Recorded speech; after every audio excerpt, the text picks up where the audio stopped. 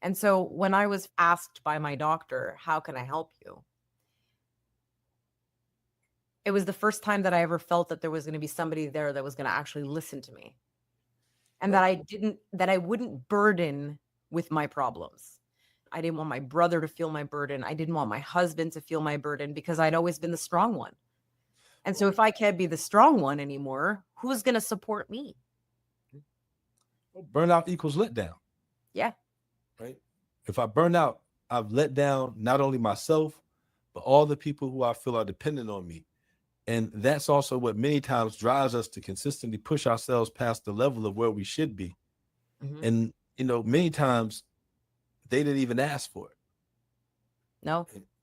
We have to almost put on ourselves, but so many people will blame it on, well, my family needs this, my family. No, you also have to be a leader. Yeah. Right? I know from a male perspective, it became, I got us in this situation. Because, right? Hey, regardless of how a marriage is set up, I got to say,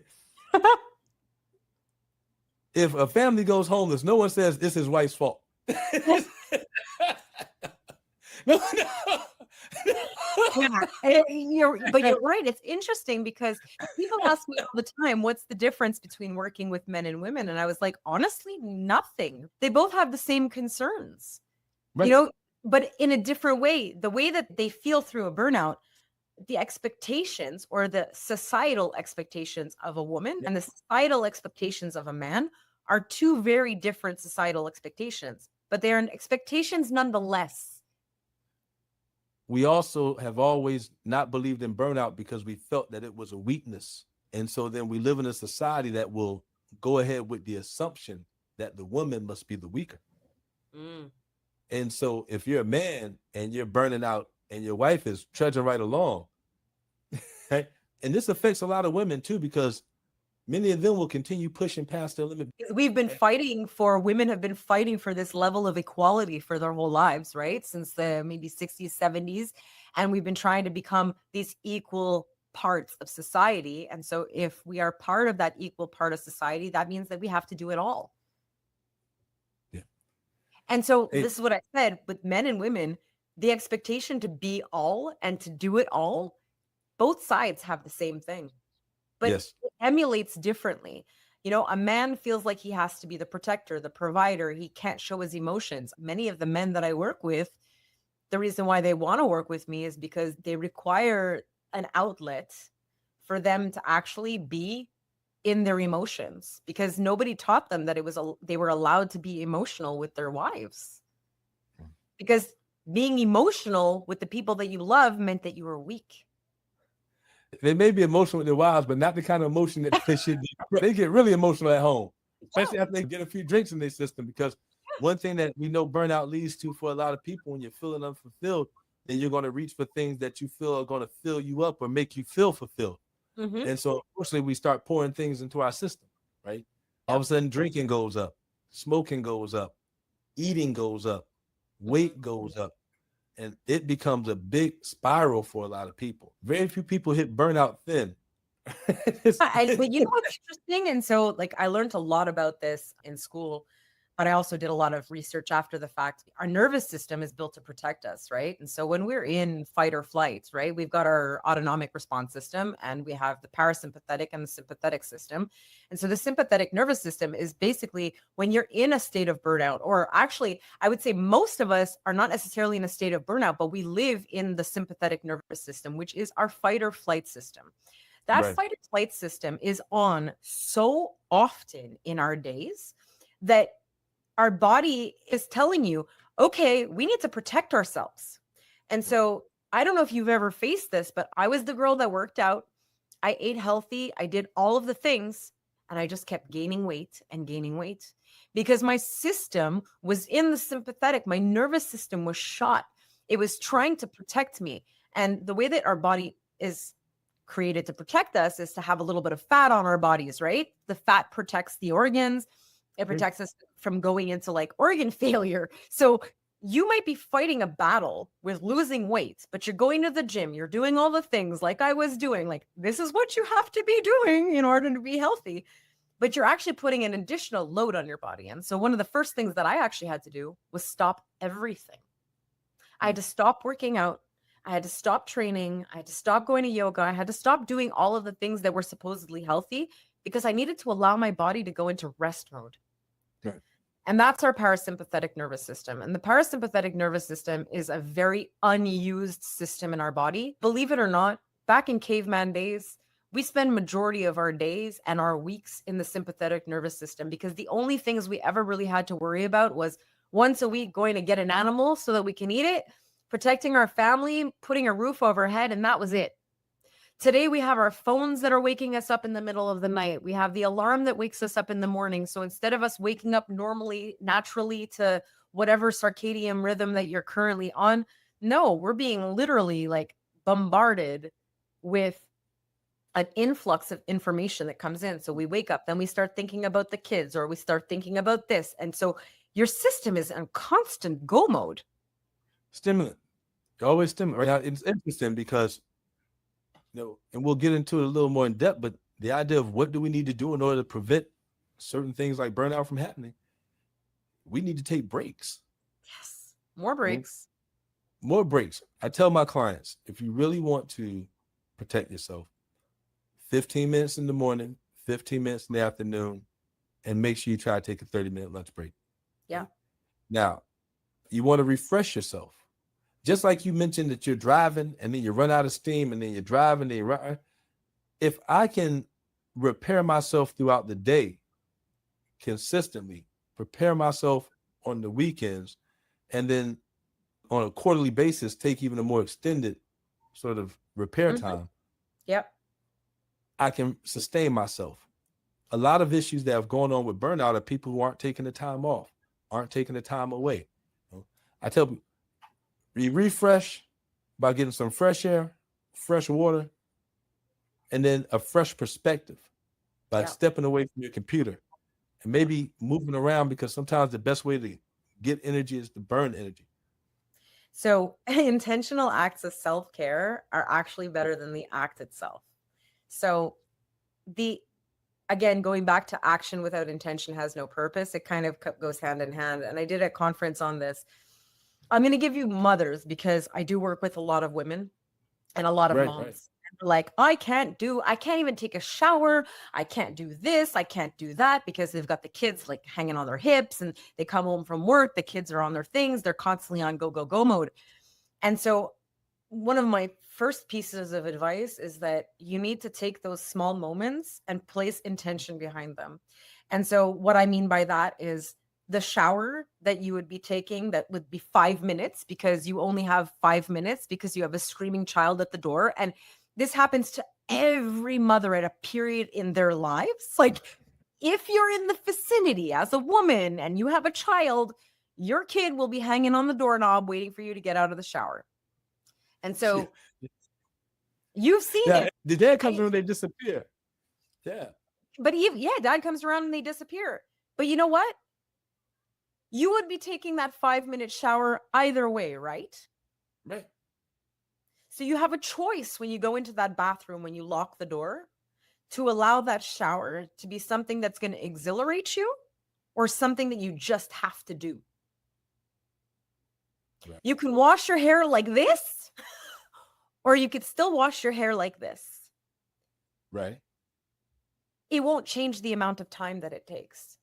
But when you can start taking small, little intentional actions to fill your self-care cup, it will change the brain chemistry around doing it. So your kid will be crying either way at the door, but they will be crying whether you enjoy your shower or you don't enjoy your shower. Nothing is going to change that. That's such solid advice. Like, you can apply that to everything that you do. Every damn thing. You need to take the time off. Nope. To be intentional about enjoying your cup of coffee in the morning. Yes. And this is what I try to explain to people because, so it's interesting. I had a coach that actually taught me that. Her name was Natalie Dick. When she told me this for the first time, I actually I looked at her like she was crazy. I almost considered not continuing to work with her. But she said, Crystal, you cannot pour from a cup that's not overflowing. And I said, no, yes, of course I can, because I have something in the cup, right? The cup still has something. I could still pour from it. And she says, no, that cup is you completely. That's all you. The only thing that you can give is the overflow. And so if we keep pouring from this, oftentimes we're not filling it up enough. And so most people say, oh, I took a vacation, I came back, I was just as stressed as when I left. It's because we're not doing those little mini, my husband came in and he brought me my coffee. I took the first sip, and just that little moment of intentionality filled up my cup. Yes, I can consider what I'm doing right now work, but that little moment that I had right there was a break. That coffee thing. I try to tell every married couple, sit outside and have a cup of coffee with your spouse. Spend that time in the morning. Whenever you get those kids off, sit down, have a cup of coffee with your spouse. Together. 5 minutes. Have a conversation. In couples too, I know we're deviating right now. We're going into a lot of spaces, but like couples lose themselves, especially at the first 5 years of having children, because their lives become everything about these children, right? They forget the couple. My father was a very bright man. Unfortunately, he was plagued himself with his own demons, and his life took a turn, but he was one of the smartest people that I had ever met. And he said to me, Crystal, if you ever choose to become a mother, remember this, that if you are in a relationship, the most important relationship to nurture is that of the one with your spouse. He said, most people will tell you that that's not the case. They will say, take care of the children, make sure that the children are okay, and do all this stuff for the children. But your children grow up. By the time they're 11 or 12 years old, they don't even want to listen to you anymore. Then they move out when they're 18, 21 years old. No, 18, 21, 25. But when those children leave, the most important relationship is the relationship that you have together. And so if you can spend those 5 minutes with your significant other, and it doesn't have to be intimate, like we don't have to have a sexual relationship with our spouse to be able to create intimacy. And create that intimacy and having that coffee with each other will create the actual rest of the intimacy that's required to have sexual relations with your partner eventually. And I'm sure you see this a lot with your practice, right? Men and women not having sex anymore after 2-3 years of having kids. I'll tell you what, it does tie into burnout. And here's how. One, when you find yourself burned out and you're lacking fulfillment, for many people, they also struggle then with fulfillment within their marriage. Yep. And so you'll see a lot of men in the process of going through their burnout also picking up other relationships. Yep. That becomes a stress and a pressure for some men on their own. But it's done sometimes to reinforce who they believe they should be or how the world should see them in regards to their manlyhood. Mm-hmm. And then the idea that when we are then in that setting, we also are likely not taking care of other issues at home to include the relationship with our spouse. Bingo. And so now we are not getting our needs met. We are not engaged in the relationships within the home. A whole level of disengagement. The wife feels like, well, I don't have a spouse. And the spouse feels like, I don't have a wife. What happens? And so then too, when you have to repair yourself, as you discussed, you figure out who you are, but then you also need to then start prioritizing what you need to do with your life in order to achieve the level of balance that's going to protect you in the future. Absolutely. And number one on that list, I speak mental, physical, financial, and spiritual. That spiritual connection. I need to reestablish my priorities, my relationship with God and God's creations. God's creations includes my spouse. It includes nature. It includes my animals in my home. It's about me connecting to you. It's about me then, how do I connect with this world? How do I recognize that we're all children of God? My focus needs to go on God, my family, my relationships. And then, right, as you mentioned, I had to stop everything. The reason you stopped everything and what you start with is a blank sheet of paper because you got to build a system. And that system has to address the physical component. How do I get the right exercise, the right amount of sleep, the right amount of food, right? How do I start my mental health care? Do I need a psychiatrist? Do I need a therapist? Do I need a coach? Do I need someone? Do I need a accountability partner? Yeah. Right?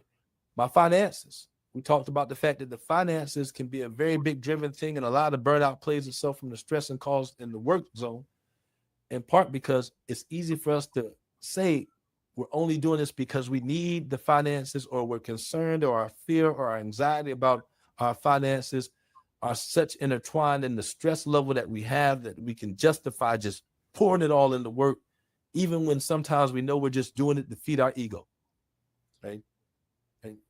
And then, of course, all that comes together in regards to what wellness looks like. And essentially what burnout is it's all those things, but at a various level for multiple people, are just consistently dwindling down to the point where it's just bam. Left. Nothing. Nothing. And so you started by saying you restart with a blank sheet of paper. You have to begin to go through your box and look at your why and understand what it is that brings you a sense of fulfillment and happiness, and then begin to manifest some of that fulfillment in your life by finding ways to enjoy even the most minute moments. Like the sip of coffee. Hey. It changes perspectives. And that's why, so I do have my book, The Small Steps, Big Wins Planner. So small steps, big wins is something that I say all the time. It's kind of like my motto. I felt passionate about this. Like we've been talking about today, that blank piece of paper, the minute you pull out the paper, it's a small step. It's going to turn into a map. It's going to turn into the journey of a lifetime. But we have to start somewhere. We start really at the bottom and we work our way up the top. And so the planner that I had created is because we often have a hard time prioritizing what we have in life. And so I kind of built this in mind for the person that, it could be for the person that is actually starting their journey and they don't really know what their goals are. So it's a way for people to build goals for themselves in their personal lives or even in their business lives. So it doesn't matter what journey you're on, whether you're an entrepreneur and you're trying to build your next quarter of your business, you can use this planner because it gives you an opportunity to map out the goals and take small actionable steps every single day to achieve the goals for your quarter. And so I use it with my clients. It was actually a brainchild because I had all the books. I had the gratitude journal. I had the day planner. I have my calendar and I had all of the things, and I would be recommending different opportunities for my clients to start picking out what they want to put on their paper.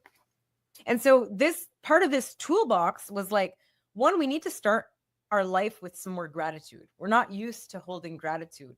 Some of the clients, I remember me when I first started my gratitude journey, like while I was in this burnout, I was like, okay, well, what do I have to be grateful for? I was like, the tree outside, this cup of coffee. Like it was really difficult for me to be able to find gratitude in my day-to-day life. And so the planner was constructed with a fundamental baseline of bringing more love into your life, more structure, but structure in the sense that we get things out of here and out somewhere else. Whether you put it in the planner or you put it somewhere else, one of the things that I've noticed about people who are stressed, burnt out, and overwhelmed, they spend a lot of time in here. And our conscious mind is a very small, minute place. It's 5% of our consciousness. 5%.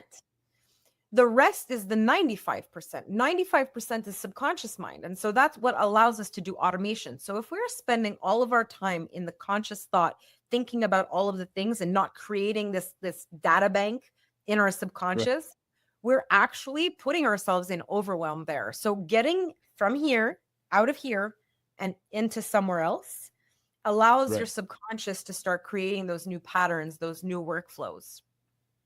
And so I created the book in order to be able to do that. Like, get it out of your head. You want to do something, get it out of your head, put it somewhere. This is the abridged version. But at the back of the book, there is also a daily journal. So everything is in here. So you have your journal to be able to brain dump. You have your goal setting section for your quarter or your month, depending on what book you buy. And then you have your daily practice. So what's your daily practice? Your daily practice is gratitude first thing in the morning, taking a moment to just write one small thing that you're holding gratitude for. Second, Right. what are your priorities? And your priorities are based on your goals. What's the goal that you want? Well, if you want to lose weight, what can we do today to help you Right. to move forward on that path? And it could even be as simple as checking out on Amazon a pair of running shoes that are good for running, because I've never even ran before. That could be a priority. It doesn't have to be this grandiose thing. You do not start climbing Mount Everest at the bottom of Mount Everest. You No. start a year before, figuring out, like, what the heck do I need? Do I need an oxygen mask? Do I need hand grippy thingies? Like, what do I need to climb the mountain? Do I need a trainer? How does my body need to, do I need to do breath work? You said some impactful things, right? One, the schedule. As you and I have both been working on this, scheduling is so important because one of the issues that can lead to burnout is imbalance of your time and overextending yourself, because time is just like money. You have to budget those two. Yep. When it comes to our time, we need to sparse out how much time we have. We start off from the time we get up to the time we go to bed. That's what we have. Then we need to budget our time appropriately. And then having those priorities helps to help a person establish the balance so that they can ensure they're investing in the time with the family, in the time with the spirituality, with the time with the friends, with the time at work. That is so important. If people could do better in regards to time, and time management and anxiety are so much intertwined, because the less time you have, the more anxious you get. And the more anxious you get, the faster time goes. And before you know it, the time is gone. And most people don't know what their priorities are. And so when we are not in alignment with our purpose, with who we are, and the priorities that we have for the goals that we're creating for ourselves, we allow time to manage us as opposed to us managing our time. And then the next thing you talked about, you have a journal. You're going to go back. You're going to look over your day. You're going to audit. You're going to do a little self-reflection. Right? Those things are important. Getting out of your conscious mind and putting the action in place. I tell people a list is just a wish list. Yep. It's only when I take that list and I give it a time and a date that it's now an action plan. And that action plan will take me where I need to go into the road to success. But too many people want to keep a wish list. And I've never wished myself to success. Nope. Even for people who are practicing, right? Like, we can pray to God all we want, but if we never take action, we're never going to be benefited with the blessings that could be bestowed upon us. We have the same mind state of the goal is to empower, right? Yeah. Empowering is not just giving a person knowledge. Empowering is giving them the knowledge and then explaining to them how they need to go about applying it so that it can actually truly be a benefit to what it is they want to accomplish. Yep. So many people pay for information, but never get an understanding of application. And that just leads to a lot of frustration, right? Because they thought they were buying a plan, but they were just buying facts that anybody could find if they truly took the time to look for it. So I said, save yourself time and money by not seeking the shortcuts. Take the time to analyze yourself, begin to understand the process of scheduling. Scheduling works for everybody. It's a great way to find yourself more efficient. Budgeting your time and your energy is crucial for being successful. Setting priorities and establishing balance are important. So I got to ask, where can someone get this? Because it's important that they have something to reach out for. Yeah. So it's on Amazon. So Amazon.com and Amazon.ca, because I'm in Canada too. So you can find it on Amazon.com. If you just type in Small Steps, Big Win Organizational Planner. Yeah, you can find also on my website. It'll direct you to where you can find the book as well. I also have a video on YouTube called Goal Setting to the Now. So goal setting, it was a beginning of the year because everybody wants to talk about goal setting at the beginning of the year. But it was a very powerful conversation about how to actually use the tools like a planner to be able to accelerate your life. This is the tool, but how can you use it? And the fun part about it is that on that video is like you have multiple people with multiple different perspectives and how they use their time and how they use, like, I have somebody I know that doesn't use a digital calendar at all. It just doesn't work for them. And that's fine. So they use a planner that has all of their calendar activities. And they use this planner as well, because this is the planner that sets the priority. Myself, I have my day planner, but I have my priority calendar. And when I look at my priorities, if I don't book it in my calendar, it doesn't exist. So we need to take those moments and put it in our calendars so that we can actually execute on them. The other thing that you brought up too, starting small. Yeah. Start small. People will say, I can't start a diet. Well, you can take the top bread off that sandwich and your diet has just begun. You can begin your fitness program by going on a 10-minute walk around the block. It's about not waiting for something or having to plan out something so big. The minute you begin to take action, things begin to change. The physiology in your brain starts to change the more we start doing things that are in our benefit. Restarting over, looking at your purpose, begin to write out and start balancing. Schedule where it is you need to do to take care of yourself. Yeah. And then restart your journey. I like the term you used, accelerate. Now, I want to tell people, though, that term does not mean that you've fallen behind. It doesn't mean you're falling behind. It doesn't mean fast. Because your journey, again, piece of paper. No comparing what your journey is going to look like to somebody else. And see, the comparing gets so many people in trouble in the first place. I know. Amen to that. That's what got me. That's what got me in my mess, and I'm sure it's what got you. Comparison, and I don't know if it's the actual quote, but comparison is the thief of joy. It steals away all of our love. It steals away all of our happiness. But you know what I'd like to tell my clients?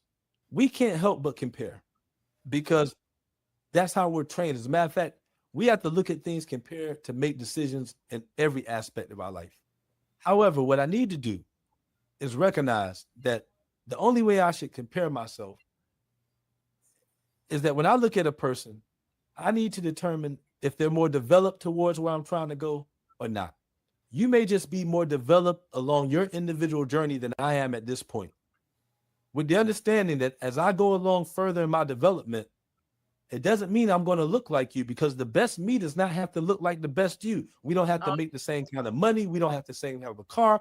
We don't have to have any of those things for me to acknowledge that this person is more developed in this aspect of their life. Now I need to go over there and talk to this person so that they can help me. Yes. Because if you compare someone who's doing better than you, then how do you then know who can help you? Hey, that's what we need to be able to do. It's like, not I need to have what you have to be. No, if I can say that I'm an individual who understands that you're further along and that there's something you have within you that can help benefit me, that I need to reach out and reach for you. And that's how we compare. Because in that comparison route, we all get better. And, you know, I think that's one of the major reasons why people have chosen to work with me, because I'm very open about that. Like, come find the information, come work with me. I found the information. I'm still finding the information. I have the opportunity to talk with somebody like you who has a completely different experience when it comes to your work life and even just where you live, all of that stuff. For me, this is like an incredible opportunity to learn and to grow. Do you have the title that I wish I would have had? Of course. But does that make me compare what I'm capable of doing to you? No. All I have is the opportunity to learn from you in the moments that I have with you.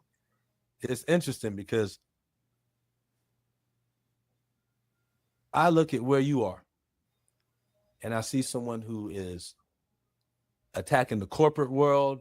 You're doing seminars, talks, walking on stages, encouraging people, motivating people, right?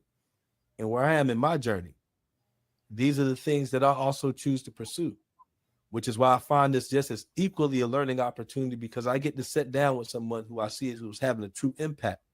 And it's the idea of how can I then understand how to best use what I have in addition to learning from other people so that I can step up my game in an impactful way. Not that I want to walk a stage being somebody else, but I want to be able to get the message that I believe can help people to the right stages to allow me to be as impactful as possible. And that's the importance of learning from other people, right? It's not a competition, because there's enough people out there who are hurting that we can all be a benefit, not to mention that the people that we help benefit us just as much. Learn more from my clients.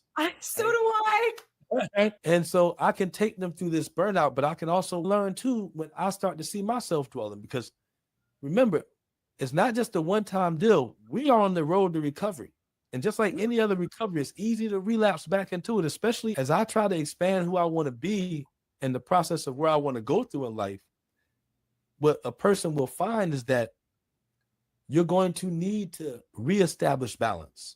You're going to need to budget your time. This is not just something that you do when you're trying to restart yourself. These are the things that you need to begin doing if you're going to move forward in life in any meaningful manner, having an impact on any level, any career, because we should never become stagnant or complacent.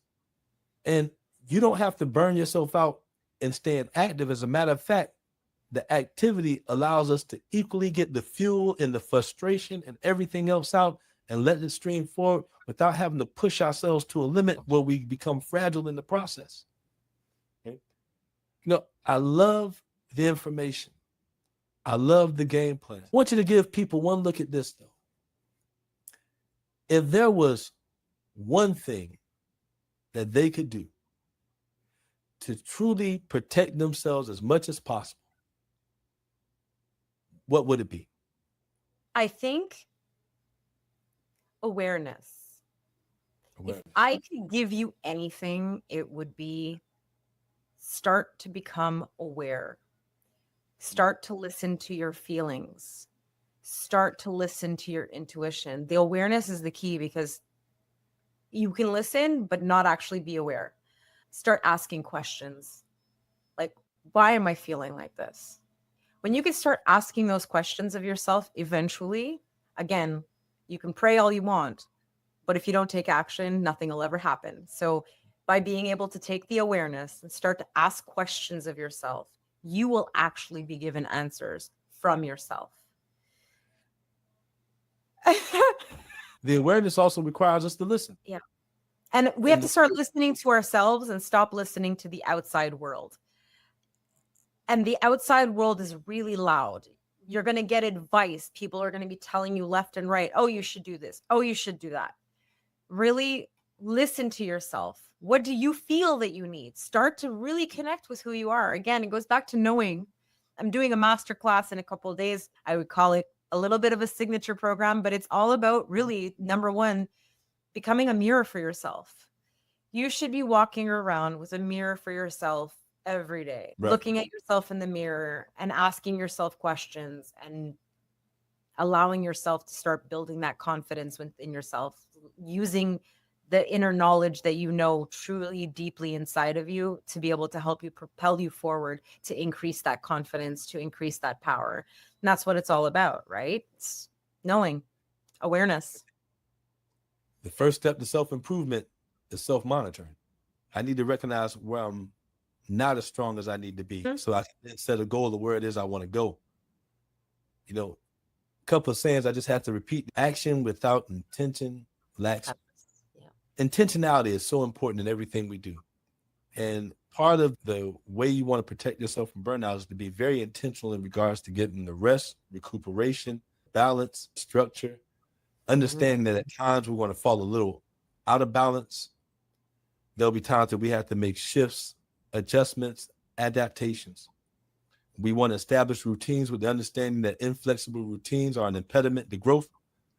And so we have to be willing to be flexible and have all the tools necessary to put in place and be willing to reach out and say we need to help so that people can help us to obtain those tools and look for those tools at every interaction that we're dealing with the understanding that every issue is a training ground for us to get even better in how we move forward. And then for those of you who have overcome the challenges and situations and circumstances, take those skills and reach back, but also ensure that you're taking care of yourself sufficiently. So don't just run off to get that certificate because now you want to become someone who's going to coach someone through. we can learn something from everybody, regardless of what a person's title is. 100%. Sometimes it's interesting when, even as a physician, I have people come to me and we'll talk to them about the issue, and they'll say, well, what can you do for my problem? Like, your problem is no higher end than anybody else's problem, right? Mm-hmm. But so many people want to think that they got a higher end problem and needs this higher end of care. Listen, if someone is able to help you in this process, just make sure you're dealing with other people who can actually show that they can help you by having evidence of living the life that they're telling you they can help you achieve. Mm-hmm. And that's where it is. When you're meeting and working with somebody, you're getting to know that person. You're interacting with that person. This isn't just, hey, look at me in these 1-minute clips online. This is what I do, and watch me, and I can get you here in a shortcut. No. Vet your providers, vet the people you're looking for, and ensure, as Ms. Crystal already pointed out, this is an unregulated area for a lot of people. It's like being a personal trainer. I'm a personal trainer too.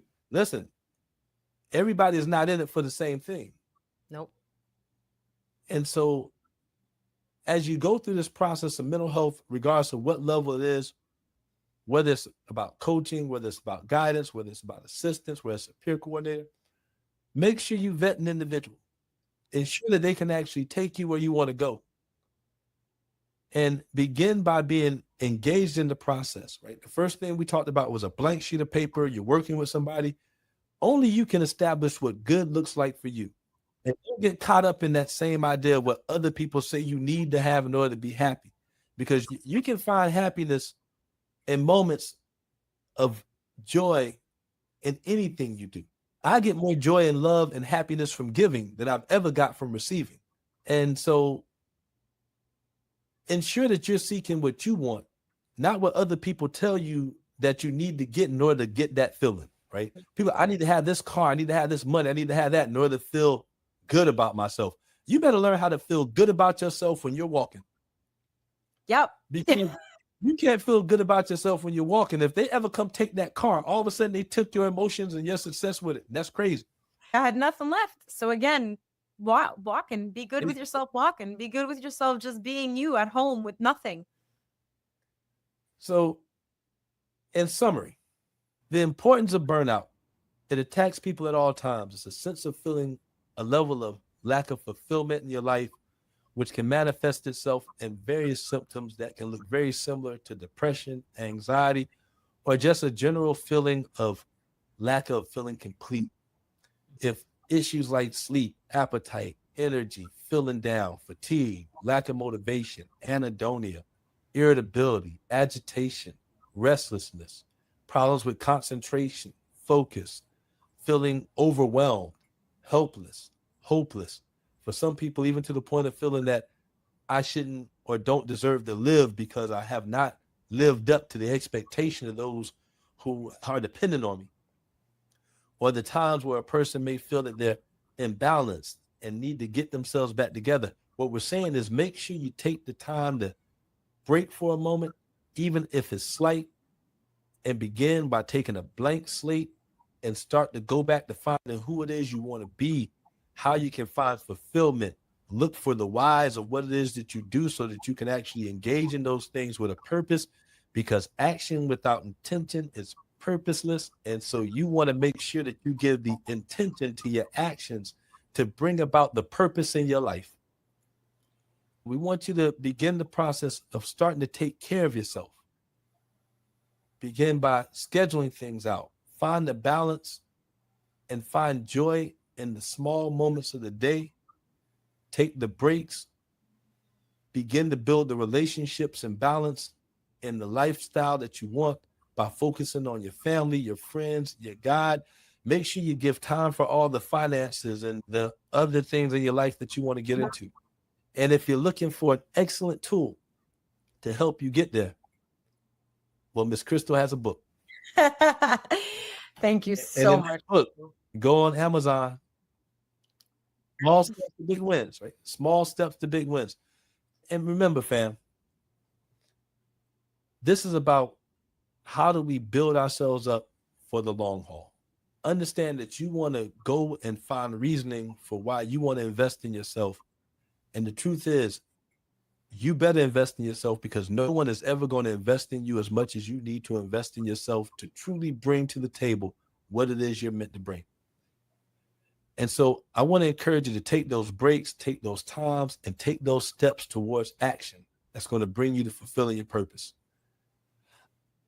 I know that you've gleaned something from this, because Lord knows I have.